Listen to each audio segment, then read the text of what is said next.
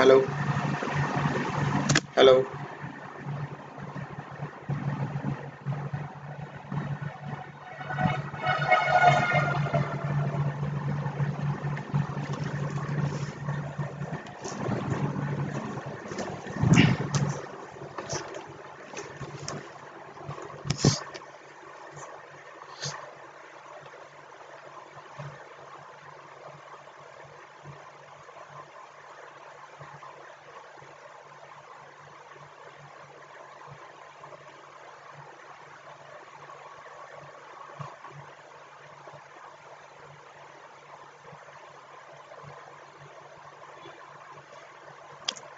Hello friends, welcome to Golden Career. And काफ़ी दिनों बाद मैं वीडियो ला रहा हूँ। कुछ हेल्थ इश्यूज थे एंड मैं फिट नहीं था, इसलिए मैं वीडियो अपलोड्स नहीं कर पाया। बट जो प्रीलिम्स का सिलेबस है एसबीआई पीओ बैच का, वो मैंने कंप्लीट करा दिया था। अप्रॉक्स सारे टॉपिक्स हो गए हैं एंड मैंने I think 20 to 25 mock test भी आपको प्रोवाइड करा दिए थे एंड आपको 2 ऑनलाइन स्पीड टेस्ट भी मैंने प्रोवाइड करा दिए थे। एंड अब बात होगी मेंस एग्जाम्स की। बट उसके पहले मैं आपको बताऊंगा कि आपकी क्या अप्रोच होनी चाहिए कि आप एसबीआई पीओ प्रीलिम्स जो है वो क्लियर कर लें। ठीक है, तो 29 अप्रैल को मैक्सिमम लोगों का जो है वो एसबीआई पीओ प्रीलिम्स का एग्जाम है। जो एग्जाम है वो सभी को पता है 100 मार्क्स का है। 35 रीजनिंग के, 35 मैथ्स एंड 30 आपका इंग्लिश। तो स्कोर आपको सब में करना है, क्योंकि यहाँ पर इंडिविजुअल सेक्शनल जो कट ऑफ भी होती है एंड ओवरऑल कट ऑफ भी होती है। बैंक एग्जाम्स में जो पहले दे चुके हैं एग्जाम्स उनको अच्छे से पता होगा। ठीक है, बट उसके पहले बता देता हूँ कि द हिंदू न्यूज़पेपर आप डेली पढ़िए, एसबीआई के लिए बहुत ही इंपॉर्टेंट है, जो कि हमारी वेबसाइट पर अवेलेबल है। बीच में कुछ इशू हुआ था, अपडेट नहीं हो पा रहा था प्रॉपर, बट अभी फिर से अपडेटेड है। तो आप द हिंदू न्यूज़पेपर पढ़िए एंड इसका जो एडिटोरियल सेक्शन है वो जरूर पढ़िए। और जो अभी आपके पास 3-4-5 दिन का टाइम है, हो सके तो लास्ट के 15-20-25 दिनों के एडिटोरियल सेक्शंस जो हैं द हिंदू ई न्यूज़पेपर आप डाउनलोड कर लीजिए। और अप्रैल मंथ के एटलीस्ट आप पूरे द हिंदू न्यूज़पेपर के एडिटोरियल सेक्शन पढ़ लीजिए, क्योंकि ऐसी पॉसिबिलिटीज होती हैं कि द हिंदू की एडिटोरियल से ही आपका जो इंग्लिश है वो पैसेज आ जाए। ठीक है, तो अभी देखेंगे कि कैसे आप एसबीआई पीओ को कैसे क्लियर कर सकते हैं, प्रीलिम्स एग्जाम्स कितने क्वेश्चंस करें, कौन से क्वेश्चंस करें, कौन से नहीं करें। ठीक है, ये सब चीज़ें हम देखेंगे। एंड अगर आपको बैच ज्वाइन करना है तो फीस सिर्फ 10 रुपीज़ है बैंक के लिए, आप कर सकते हैं। हमारी वेबसाइट पर विजिट www.goldencareer.co.in एंड वहाँ पर आपको मिल जाएगा लिंक एंड वहाँ से आप जो है पेमेंट करके बैच ज्वाइन कर सकते हैं, जिसमें आपको फुल फ्लैश कोचिंग मिलती है। हाँ, बीच में कुछ इशू जरूर हुआ था एंड बहुत ही क्वेरी है आईबीपीएस कोचिंग को लेकर। सोन ही रजिस्ट्रेशन हम लोग स्टार्ट करेंगे बहुत जल्दी, बट अभी ये एसबीआई पीओ का थोड़ा सा एक बार फिर से स्पीड अप हो जाए कोर्स, ताकि लोगों को ये ना लगे कि 10 रुपए लेकर हमने फ्रॉड किया है। एंड मैक्सिमम टॉपिक्स कंप्लीट किए गए हैं। आपको कोई इशू है तो आप प्लीज़ मेल करिए हमें, या फिर आप अपना अकाउंट लॉगिन करिए और आस्क टू फैकल्टी में जाइए, हम उसको भी रिजॉल्व करेंगे। चलिए देखते हैं फिर कि आपकी अप्रोच क्या होनी चाहिए। देखिए, आपका पहला जो सेक्शन मैं मान के चलता हूँ रीजनिंग। ठीक है, रीजनिंग में देखिए 35 क्वेश्चंस होंगे एंड रीजनिंग की अगर हम बात करें यहाँ पर 35 क्वेश्चंस होंगे, 35 मार्क्स होंगे। ठीक है, अगर आपकी रीजनिंग स्ट्रांग है तो मैं ये कहूँगा कि आप पहले रीजनिंग अटेम्प्ट करिए। जो भी आपका सब्जेक्ट स्ट्रांग है, आप जिसमें कंफर्टेबल फील करते हैं वो आप पहले अटेम्प्ट करिए। उससे होता क्या है, आपको एक बूस्टर टाइप का मिल जाता है। आपको सब्जेक्ट अच्छा होता है अगर आप उसमें अच्छा कर ले जाते हैं। सपोज आप 35 में से 25-27 क्वेश्चंस की रीजनिंग में कर ले जा रहे हैं, तो आपके अंदर कॉन्फिडेंस आ जाएगा कि हाँ, पेपर आप कर सकते हैं इजिली। ठीक है, तो देखिए इसमें आपका एक आता है कोडेड इनइक्वालिटी। ठीक है, मेरे हिसाब से ये एसबीआई का एग्जाम है, तो यहाँ पर नॉर्मल जो इनइक्वालिटी के क्वेश्चंस है वो नहीं आएंगे। कोडेड इनइक्वालिटी की मैंने आपको वीडियो दी है, अगर आपको असाइनमेंट दिया है, प्रैक्टिस आपने किया है, तो आप कोडेड इनइक्वालिटी बहुत ही इजीली कर सकते हैं। आई थिंक 5 क्वेश्चंस करने में आपको 3 मिनट से ज़्यादा नहीं लगना चाहिए। वहाँ पर आप 5 के 5 मार्क्स पूरे ला सकते हैं। ठीक है, और एक बात है, मेरे पास 15 मार्क्स की एटलीस्ट पजल आएगी, या 15 की नहीं मार्क्स, या फिर जो पजल आएगी वो आएगी 20 मार्क्स की। 20 मार्क्स कैसे, इसमें मैं सिटिंग अरेंजमेंट भी इंक्लूड कर रहा हूँ। ठीक है, floor puzzle, circular arrangement, sitting arrangement and आपका क्यूब बॉक्स में भी हो सकता है, ठीक है, टेबल के चारों ओर बैठे हैं, या एक रेक्टेंगुलर टेबल है उसके चारों ओर बैठे हुए हैं, तो ऐसे क्वेश्चंस भी आ सकते हैं। मिला जुलाकर 20 मार्क्स की पजल आएगी, ठीक है। तो इसमें देखिए एक पजल तो ऐसी होगी 5 मार्क्स की जो कि बहुत टफ होगी, ठीक है। 5 मार्क्स की पजल जो होगी बहुत टफ होगी। अगर आपका पजल अंटिल आपका बहुत ज्यादा स्ट्रांग नहीं है आप पजल में, तो जो आपको पजल बहुत टफ लग रही हो वो आप कभी भी अटेम्प्ट ना करें, ठीक है। आप कभी भी अटेम्प्ट मत करिए उस पजल को, ठीक है। तो अगर आप अच्छे से ट्राई करेंगे तो आप 15 मार्क्स स्कोर कर सकते हैं पजल में। अब बात करते हैं पजल की, आपको कौन सी पहले पजल करनी है, कौन सी बाद में पजल करनी है, ठीक है। तो 15 मार्क्स पजल में आ गई। मैंने आपको बता दिया एक पजल आपका जो टफ है, बहुत टफ लगे छोड़ दीजिएगा, ठीक है।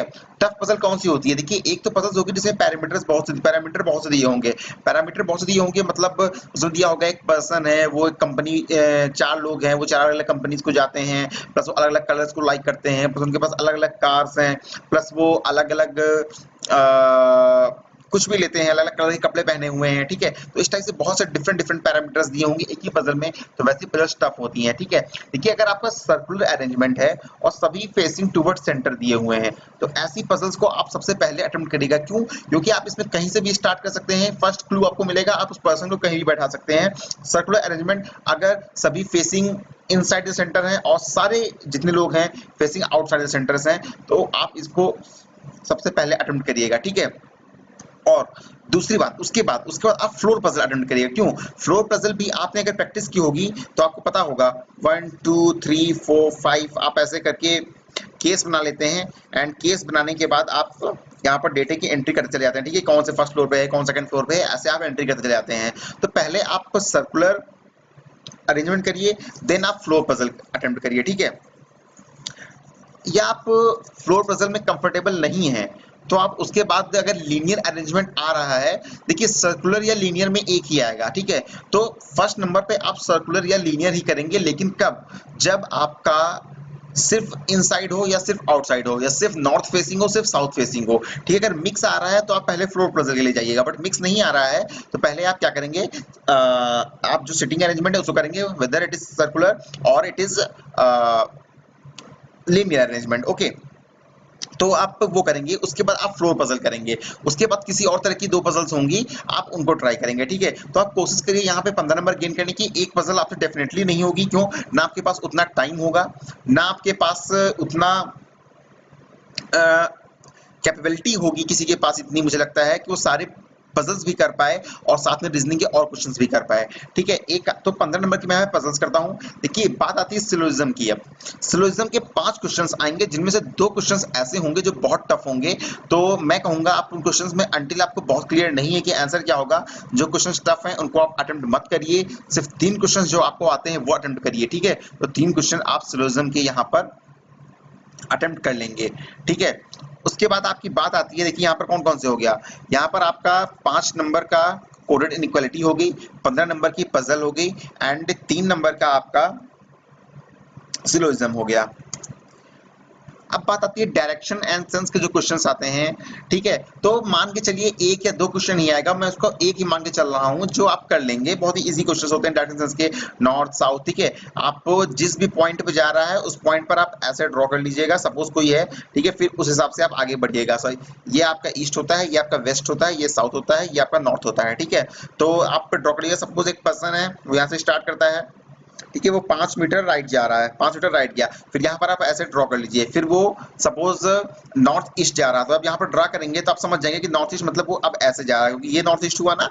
तो इस तरह ड्रॉ करके करेंगे तो एक क्वेश्चन जो आपका डायरेक्शन एंड सेंस का आएगा, एक आ सकता है या 2 आ सकता है, वो आप बहुत ही इजीली कर लेंगे। तो यहाँ पर देखिए 15 5 20 3 23 एक 24 क्वेश्चन आप बहुत ही इजीली कर लेंगे, ठीक है। बचे रीजनिंग में 1 से 2 क्वेश्चंस और होंगे जो आप कर लेंगे। वो कैसे आते हैं? अल्फाबेट से रिलेटेड आते हैं, ठीक है। कि इसमें कौन सा ऐसे कितने कॉम्बिनेशंस हैं जिनके एक पहले ऐसे दिया होगा ना आपका 1@ABC3 2, तो अगर इतने कैंसिल नंबर है जिनके पहले एक कॉन्सोनेंट है, जिनके बाद भी एक नंबर है, देखिए ये एक नंबर है जिसके पहले एक कॉन्सोनेंट है, इसके बाद भी एक नंबर, ऐसे कितने पेयर्स, तो ये भी आप देख के इजीली कर सकते हैं। तो 2 नंबर आपके ऐसे क्वेश्चंस आएंगे जो आप इजीली अटेम्प्ट कर सकते हैं। क्वेश्चन वही अटेम्प्ट करिएगा जो आप 100% श्योर हैं कि आपको वो क्वेश्चन आता ही आता है, ठीक है।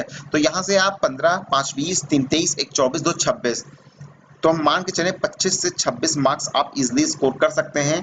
ठीक है, टफ क्वेश्चंस के लिए मत जाइए, ये क्वालिफाइंग राउंड है, यहाँ पर आपके मार्क्स कैलकुलेट नहीं होंगे। ठीक है, आपको सिर्फ क्वालिफाई करना है। ठीक है, अगेन एक चीज, लोग पूछेंगे कट ऑफ कितनी हो सकती है, कितना सेफ है अटेम्प्ट करना। कुछ भी सेफ नहीं है, वहां पर आप पेपर का लेवल एनालाइज करिए। अगर पेपर इजी है तो कट ऑफ डेफिनेटली 60 प्लस भी जा सकती है, और अगर पेपर मॉडरेट है, टफ है, तो डेफिनेटली कट ऑफ 45 से 55 के बीच ही रहेगी अगर पेपर टफ आ रहा है। ठीक है, तो आप पेपर का लेवल एनालाइज करिए, उस हिसाब से खुद को तैयार करिए। तो ये बात हुई रीजनिंग की। इसके पहले हम एक बात और कर लेते हैं कि टाइम मैनेजमेंट आप कैसे करेंगे। ठीक है, मैंने से यहाँ पे इतने और क्वेश्चंस भी रीजनिंग में आएंगे, बट मैंने इतनों की ही बात की है, 25 क्वेश्चंस की, जो मुझे लगता है आपको अटेम्प्ट करना चाहिए। मैंने जितने भी एग्जाम्स क्लियर किए हैं, मैंने इसी पैटर्न को लेकर क्लियर किया है, इसी को ऐसे ही क्वेश्चंस मैंने अटेम्प्ट किए हैं। मैंने पजल्स किए हैं, मैंने सिलोजिज्म किया है, एंड डायरेक्शन सेंस किया है, एंड मैंने वो आपका इनइक्वालिटी किया है। ठीक है, तो मैंने हमेशा यही अटेम्प्ट किया है, एंड मैंने एग्जाम्स क्लियर किए हैं। तो आप ये पैटर्न अपनाइए। मैं ये नहीं कह रहा हूँ यही अपनाइए, बट ये एक मेरा व्यू है, अगर आपको लगता है सही है तो आप ये अपना सकते हैं, आप इजीली क्लियर कर पाएंगे। जब आप इस सोच के साथ जाते हैं कि नहीं आपको हर क्वेश्चन अटेम्प्ट करना है, तभी आपके साथ मिस्टेक होगी, क्योंकि आप अगर 35 के 35 क्वेश्चंस करने जाएंगे तो वहां पर मिस्टेक्स के चांसेस बहुत ज्यादा रहेंगे। आपको ये यहाँ पर डिटेक्ट करना है कि कौन सी क्वेश्चंस ऐसे हैं जो आपको छोड़ने के लिए दिए गए हैं, टफ है, जिसमें आप फंस सकते हैं। ठीक है, अब बात आती है टाइम मैनेजमेंट की। टाइम मैनेजमेंट कैसे करें? देखिए, आपके 3 सेक्शन होते हैं, रीजनिंग, मैथ्स एंड इंग्लिश। ठीक है, तो आप किसको कितना टाइम दें? देखिए, मैं ये कहूंगा कि अगर रीजनिंग एंड मैथ्स में से आपका जो भी स्ट्रांग है, आप उसको 25 मिनट्स दीजिए। ठीक है, सपोज किसी का रीजनिंग स्ट्रांग है तो वो रीजनिंग को 25 मिनट दे, मैथ को 20 मिनट दे, और इंग्लिश को 15 मिनट्स दे। ठीक है, अगर किसी का मैथ्स स्ट्रांग है, रीजनिंग उसका वीक है, तो वो रीजनिंग को 20 मिनट दे, मैथ्स को 25 मिनट दे, और इंग्लिश को 15 मिनट्स दे। इंग्लिश को 15 मिनट जरूर दीजिए, क्योंकि पैसेज आएगा, पैसेज पढ़ना पड़ता है, समझना पड़ता है, डायरेक्ट पैसेज नहीं आएगा। आपके जो क्वेश्चंस होंगे पैसेज से, वो डेफिनेटली इनडायरेक्ट होंगे, डायरेक्ट नहीं होंगे, क्योंकि ये एसबीआई का एग्जाम है। ठीक है, तो देखिए, अब जिनकी बात है रीजनिंग वीक है, ठीक है, जिनकी रीजनिंग वीक है तो मुझे लगता है इसमें सारे क्वेश्चंस कर सकते हैं। मे बी वो पजल्स 2 ही कर पाए तो वो यहाँ पर 10 ही क्वेश्चंस कर पाएंगे। ठीक है, जिनकी रीजनिंग वीक है, जिनकी रीजनिंग वीक है, उनकी मैथ्स स्ट्रांग होगी, एक सब्जेक्ट आपका स्ट्रांग होना जरूरी है, एल्स आप क्वेश्चंस डेफिनेटली आपको क्रैक करना एग्जाम डिफिकल्ट होगा। ठीक है, तो आप फिर भी कोई 20 से 22 क्वेश्चन कर पाएगा, कोई 25 से 26 क्वेश्चन, 25 से 27 क्वेश्चन कर पाएगा एग्जाम में। ठीक है, तो चलिए अब बात कर लेते हैं मैथ्स की। हम अगर हम मैथ्स की बात करें तो मैथ्स में देखिए आपके 5 क्वेश्चंस आएंगे सिंप्लीफिकेशन के। मैं एक बात बताऊंगा, अगर सिंप्लीफिकेशन में आप 5 के पांचों क्वेश्चंस नहीं कर पा रहे हैं तो आप एग्जाम क्रैक नहीं कर पाएंगे। सिंप्लीफिकेशन के 5 क्वेश्चंस आएंगे, 5 को 5 करिए। अप्रोक्सीमेशन आपको वीडियोस मैंने दी हैं इसकी भी, और मैंने आपको असाइनमेंट भी दिए हैं, अगर आपने प्रैक्टिस किया है तो आप डेफिनेटली कर लेंगे। ठीक है, उसके बाद आपका 5 क्वेश्चन आएगा क्वाड्रेटिक क्वेश्चन से। क्वाड्रेटिक क्वेश्चन की भी मैंने वीडियोस दी हैं, मैंने असाइनमेंट दिए हैं, और मैंने क्वाड्रेटिक क्वेश्चन को कैसे क्विकली सॉल्व किया जाए इसकी भी ट्रिक्स आपको बताई हैं, कैसे रूट्स फाइंड किए जाएं। ठीक है, तो क्वाड्रेटिक क्वेश्चन के 5 क्वेश्चन, इसमें भी आप 5 के पांचों कर लेंगे, कोई बहुत टफ क्वेश्चंस नहीं आते हैं, इजी क्वेश्चंस आएंगे। सिर्फ आपको रूट्स फाइंड करने हैं, वैल्यू कंपेयर करनी है, और एक्स वाई के बीच जो रिलेशन है वो आपको एस्टैब्लिश करके बता देना है। तो आपके 5 क्वेश्चंस हो गए सिंप्लीफिकेशन अप्रोक्सीमेशन के, 5 क्वेश्चन हो गए आपके क्वाड्रेटिक क्वेश्चन के। बहुत ही इंपॉर्टेंट रोल आएगा यहाँ पर डीआई का। डीआई 3 आएंगी जो कि 15 मार्क्स की आएंगी। ठीक है, एक डीआई ऐसी होगी जो टफ होगी, बट उसमें भी आप 1-2 क्वेश्चंस कर सकते हैं। तो 15 मार्क्स की जो डीआई आएगी उसमें आप किसी भी हालत में 12 क्वेश्चंस तो कर ही लेंगे। सिर्फ कैलकुलेशन होता है, कुछ नहीं, परसेंटेज होगा, रेशियो होगा, एडिशन होगा, सब्सट्रैक्शन होगा, मल्टीप्लिकेशन होगा, इससे ज्यादा डीआई में कुछ नहीं होता है। सिर्फ आपको ग्राफ रीड करना आना चाहिए। ठीक है, इससे ज्यादा कुछ नहीं होता है। और डीआई में अगर आप 12 क्वेश्चंस करेंगे, ठीक है, जिनके देखिए मैथ्स वीक है वो 12 नहीं कर पाएंगे, तो वो रीजनिंग में उनको अच्छा करना पड़ेगा। ठीक है, आपको कुछ तो अच्छा करना ही पड़ेगा। और अब बात आती है टाइम एंड वर्क, ठीक है, partnership, profit and loss, percentage. देखिए ये क्वेश्चंस ऐसे हैं, अगर मैं पर्सनली अपनी बात करूं तो मैं एक पार्टनरशिप, मेरा टॉपिक स्ट्रांग था, ठीक है, और एक टाइम एंड वर्क, तो मैं इन दो को छोड़कर प्रीलिम्स एग्जाम में कोई भी क्वेश्चन अटेम्प्ट नहीं करता था। ठीक है, मैं कोई भी क्वेश्चन अटेम्प्ट नहीं कर सकता था, सिर्फ इन्हीं को अटेम्प्ट करता था।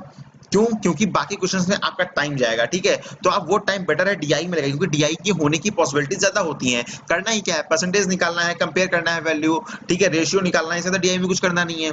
तो आप अगर आपका कोई टॉपिक स्ट्रांग नहीं है, तो अगर आप कोई जो टॉपिक आपके स्ट्रांग है वहां से आप, जैसे पाइप्स एंड सिस्टम किसी का स्ट्रांग है, किसी का पार्टनरशिप स्ट्रांग है, हालांकि पाइप्स एंड सिस्टम मैंने आपको अभी कराया नहीं है क्योंकि सिर्फ एक क्वेश्चन आता है, वो मैं भी आपको मेंस में कराऊंगा। मेंस के पॉइंट ऑफ व्यू से इंपॉर्टेंट नहीं, क्योंकि वहां पर आपकी मार्क्स इंपॉर्टेंट है, प्रीलिम्स में आपको सिर्फ क्वालिफाई करना है, ठीक है। तो फिर भी आप 2 से 3 क्वेश्चंस आप अलग से कर लीजिए, जो भी आपका टॉपिक स्ट्रांग है, ठीक है। तो 2 से 3 क्वेश्चन तो आपको करने ही पड़ेंगे। तो अगर हम यहाँ पर देखें तो 5 5 10 और 12, 22 और 3 25, ठीक है, तो 25 मार्क्स आप यहाँ से भी गेन कर लेंगे। जो होगी आपकी बात मैथ्स एंड रीजनिंग की, ठीक है। अब जो लोग मैथ्स में वीक हैं वो मे बी 20-22 मार्क्स ही कर पाएंगे, ठीक है, मे बी डीआई में वो 9-10 क्वेश्चन ही कर पाए। सिर्फ डीआई ही में नहीं, अप्रोक्सीमेशन सिंपलीफिकेशन तो सब कोई कर लेगा, मैथ्स का क्या है, सिर्फ क्या करना है, मल्टीप्लिकेशन सब्सट्रैक्शन डिवीजन, यही तो करना है। थोड़ा सा आप वहां पर कूल माइंडेड रहिएगा और बिल्कुल भी आप हैक्टिक मत होने दीजिएगा। पेपर टफ आ रहा है कोई बात नहीं, पेपर टफ आ रहा है तो सबके लिए आ रहा है, कट ऑफ लो जाएगी, आपको जितना आ रहा है उतना अच्छे से करिए, ठीक है। तो अगर आप इन दोनों मैथ्स और रीजनिंग की बात देखें तो यहाँ पर आप 50 से 51 नंबर सिर्फ इन दो से गेन कर सकते हैं, ठीक है। सिर्फ इन्हीं टॉपिक्स को आप छुइए, किसी और टॉपिक को मत छुइए, ठीक है। बहुत से क्वेश्चंस आते हैं, पाइप एंड सिस्टम से आएगा, टाइम एंड वर्क के टफ क्वेश्चंस आ सकते हैं, बिल्कुल टफ क्वेश्चन आने छोड़ दिए, ट्रेन के क्वेश्चन आएंगे, बोट्स एंड स्ट्रीम के आएंगे, एंड स्पीड के जो आपके आते हैं, ट्रेन के क्वेश्चन की, ट्रेन है किसी प्लेटफॉर्म को क्रॉस कर रही है एंड एक पोल है उसको कितने सेकंड में क्रॉस कर रही है, ट्रेन की लेंथ कितनी है, प्लेटफॉर्म की लेंथ कितनी है। तो ऐसे क्वेश्चन थोड़े से टफ होते हैं, थोड़े से टाइम टेकिंग होते हैं, आपके पास सिर्फ 60 मिनट्स है यहाँ पर, तो आप उन क्वेश्चन को छोड़ दीजिए, बिल्कुल आपकी मैं अभी प्रैक्टिस कराऊंगा। अब रेगुलरली वीडियो मैं अभी भी नहीं आएंगे आपके पास, बट हाँ 1 या 2 मई से आपके पास रेगुलरली वीडियो मेंस एग्जाम के लिए आना शुरू हो जाएंगे और 10 से 15 दिन में पूरा सिलेबस क्लियर कवर कर देंगे, प्लस आपको प्रैक्टिस सेट्स भी और प्रोवाइड करा देंगे हम। तो आप मेंस के लिए उनको बचा कर रखिए और अभी आप सिर्फ इतना करिए। अब बात आती है रीजनिंग की, सॉरी इंग्लिश की, इंग्लिश जो कि सबका वीक है, सबका मैं नहीं कहूंगा बट हाँ मोस्टली लड़कों की, बच कैंडिडेट्स की जो होती है इंग्लिश वो वीक होती है, ठीक है। किसी किसी का बेसिक्स बहुत स्ट्रांग है, जिनकी स्कूलिंग काफ़ी अच्छी हुई है, सीबीएसई बोर्ड से पढ़े हुए हैं, उनकी जो इंग्लिश होती है वो अच्छी होती है। बट जो स्टेट बोर्ड से पढ़े हुए हैं जहाँ पर इंग्लिश को उतना प्रेफरेंस नहीं दी जाती है, जो जिनका बैकग्राउंड इतना अच्छा नहीं है, जो गवर्नमेंट स्कूल से पढ़े हुए हैं, अगर उनकी स्कूल में पढ़ाई नहीं सही होती थी या वहाँ के टीचर ने इंग्लिश में फोकस नहीं किया, तो इंग्लिश को लेकर बहुत ही दिक्कत है अपने वहाँ पर। तो इंग्लिश को लेकर देखिए, आपको मैंने पहले ही बताया था कि आपको द हिंदू न्यूज़पेपर डेली पढ़ना है, ठीक है। तो इंग्लिश को लेकर आपकी अप्रोच कैसी होनी चाहिए, देखिए पहले आता है 10 नंबर का पैसेज का क्वेश्चन, तो आएगा ही आएगा, ठीक है। तो 10 नंबर के पैसेज के क्वेश्चन में अगर आप पूरा पैसेज पढ़ते हैं तो आप एक तो टाइटल गेस कर सकते हैं, ठीक है। तो एक टाइटल गेस कर सकते हैं, एक 2 से 3 क्वेश्चंस ऐसे होंगे जो डायरेक्ट होंगे, ठीक है, उनका answer as it is passage में दिया होगा, आपको सिर्फ क्या करना है, उनका आंसर पैसेज पढ़ना है और आंसर मैच करके टिक कर देना है, ठीक है। तो 10 और 1 से 2 वर्ड मीनिंग्स ऐसी होंगी जो आपको आ सकती हैं, ठीक है। तो अगर आप इनमें से बहुत ही वीक हैं, बट अगर आप पूरा पैसेज पढ़ लेते हैं, एक बार हल्का समझने की कोशिश कर सकते हैं, तो आप 4 से 5 क्वेश्चन तो आप कर ही लेंगे, या 4 क्वेश्चन तो हर कोई कर ही लेगा मेरे हिसाब से, ठीक है। डेफिनेटली सिनोनिम्स एंटोनिम्स आते हैं, वो क्वेश्चन सबसे नहीं हो सकते हैं अंटिल आपकी जो वोकैबुलरी है वो बहुत स्ट्रांग नहीं है, तो आप वो क्वेश्चंस नहीं कर पाएंगे, इसलिए मैं 10 में 4 से 5 क्वेश्चन ही बोल रहा हूँ, ठीक है। और अब आपके 10 क्वेश्चंस आ सकते हैं, या मे बी 5 ही आए या 10 आए, ठीक है, दोनों चीजें हो सकती हैं, 5 से 10 क्वेश्चन आ सकते हैं, कभी 5 आते हैं कभी 10 आते हैं, स्पॉट द एरर से, ठीक है। मोस्ट प्रॉब्ली 5 ही मैं लेकर चलता हूँ, क्योंकि सिर्फ आई थिंक कि पिछली बार 10 IBPS में आए थे। तो अगर स्पॉट द एरर में 5 क्वेश्चन आते हैं तो 2 क्वेश्चन जो होंगे वो टफ होंगे, ठीक है, जिनमें आपकी जो एरर होगी बहुत ही माइन्यूट होगी, तो उसको डिटेक्ट करना आपके लिए, फाइंड करना, स्पॉट करना एरर थोड़ा सा डिफिकल्ट होगा। बट हाँ अगर आपकी इंग्लिश वीक है तो भी एटलीस्ट आप 2 क्वेश्चंस तो कर ही सकते हैं स्पॉट द एरर के, जिनमें बेसिक ग्रामर होगी, हैव नहीं लगा होगा, हैव किसी का हैड लगा होगा, या बात हो रही होगी पास्ट में लगा इज होगा, ठीक है। तो आपकी अगर बेसिक ग्रामर थोड़ी सी अच्छी है तो आप यहाँ पर 2 क्वेश्चंस स्पॉट द एरर में जरूर कर सकते हैं, ठीक है। तो 15 क्वेश्चंस हो गए, 30 क्वेश्चंस आते हैं, बचे 15 क्वेश्चंस, ठीक है। एक आपका 10 नंबर का, 5 नंबर का आपका सेंटेंस रीअरेंजमेंट हाँ आता है, ठीक है। तो जो सेंटेंस रीअरेंजमेंट 5 नंबर का आएगा, देखिए इसमें भी अंटिल आपकी ग्रामर स्ट्रांग नहीं है, आप बहुत ज़्यादा बुक्स इंग्लिश की नहीं पढ़ते हैं, अगर आपने द हिंदू न्यूज़पेपर डेली नहीं पढ़ते हैं, आप इंग्लिश के नॉवेल्स नहीं पढ़ते हैं, ठीक है, इंग्लिश न्यूज़पेपर नहीं पढ़ते हैं, तो आपके लिए सेंटेंस रीअरेंजमेंट एक टफ टास्क होगा, आप इजीली नहीं कर पाएंगे। बट फिर भी अगर आपने थोड़ा बहुत ध्यान से पढ़ा तो आप 2 क्वेश्चन जरूर कर सकते हैं। वो कौन से? फर्स्ट सेंटेंस कौन सा है और लास्ट सेंटेंस कौन सा है, ठीक है।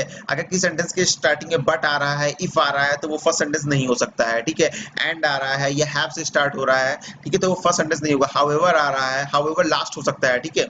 तो ऐसे करके आप 2 फर्स्ट एंड लास्ट सेंटेंस तो गेस कर ही सकते हैं। तो मैं मानता हूँ आप 2 क्वेश्चन यहाँ से कर लेंगे। तो मैं उनकी बात कर रहा हूँ जो इंग्लिश में वीक है। आपकी इंग्लिश अच्छी है तो बहुत अच्छी बात है, आप अच्छा कर पाएंगे, ठीक है। बट आपकी अगर इंग्लिश वीक है, अभी तक आपने ध्यान नहीं दिया है, एसपी बख्शी की बुक मैंने अपलोड कर दी वेबसाइट पर, आप डाउनलोड करिए, अपना अकाउंट लॉगिन करिए, एसपी बख्शी की इंग्लिश की पूरा नोट करिए, पूरी बुक सॉल्व कर डालिए, आपके लिए बहुत ही हेल्पफुल होगी वो मेंस एग्जाम के लिए, ठीक है।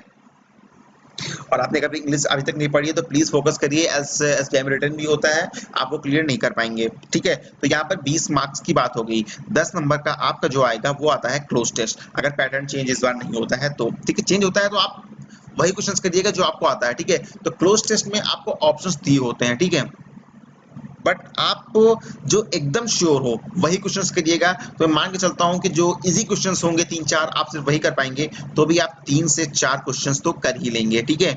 जो जिनकी वर्ड मीनिंग आपको आती हो सिर्फ वही क्लोज टेस्ट में अटेम्प्ट करिएगा, जिनमें श्योर हो कि आप सही कर रहे हैं। गलत क्वेश्चन मत अटेम्प्ट करिएगा, ठीक है। तो अगर हम बात करें 5 2 7 2 9 4 13, ठीक है, तो 12 से 14 क्वेश्चंस आप यहाँ से भी इंग्लिश से जो एक कैंडिडेट वीक है वो भी कर सकते हैं। तो अगर हम आप इनको जोड़ें तो आप यहाँ पर 62 से 65 क्वेश्चंस अटेम्प्ट कर सकते हैं एसबीआई पीओ प्रीलिम्स में, ठीक है, जो कि एक सेफ स्कोर होगा अगर आपकी एक्यूरेसी अच्छी है। देखिए ये मैं बात तभी बोल रहा हूँ जब आपकी एक्यूरेसी अच्छी है। एक्यूरेसी अच्छी होना बहुत जरूरी है, ठीक है। अगर आपकी 100% एक्यूरेसी होती है तो 62 टू 65 बहुत ही सेफ स्कोर है। इसके ऊपर कट ऑफ जाने के चांसेस बहुत ही कम है। पेपर इजी आता है, बहुत इजी तो नहीं ही आएगा, या तो इजी टू मॉडरेट होगा पेपर या मॉडरेट होगा, ठीक है। मॉडरेट टू डिफिकल्ट होने के चांसेस भी कम होते हैं प्रीलिम्स एग्जाम में। हाँ, जो आपका मेंस होगा वो टफ जरूर होगा, ठीक है। तो 62 टू 65 क्वेश्चंस जो है वो एक सेफ अटेम्प्ट है, और पेपर अगर टफ आता है तो 55 भी एक गुड अटेम्प्ट है। मे बी कट ऑफ 50 के नीचे ही रह जाएगी, बट तो वहां पर आप पेपर का लेवल एनालाइज करिएगा, आपको कितना आता है देखिएगा। जो टॉपिक्स आपको बहुत ही क्लियर है सिर्फ वही करिएगा, क्वेश्चंस में ध्यान मत दीजिएगा। आप फिर भी 62 टू 65 क्वेश्चन आराम से अटेम्प्ट कर लेंगे, एंड आपका एसबीआई पीओ प्रीलिम्स आराम से क्लियर हो जाएगा। मैं एक बार फिर से कह रहा हूँ, एक्यूरेसी पर आप ध्यान दीजिएगा, ठीक है।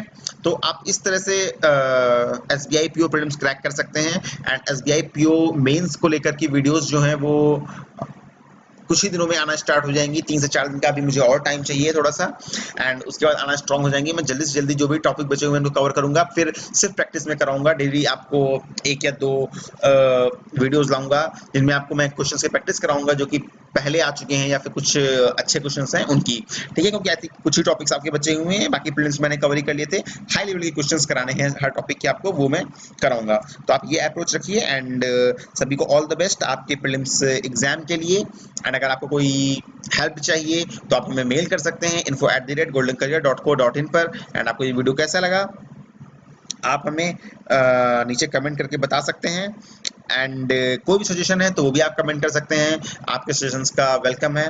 So thank you for watching, and once again all the best for your prelims exam.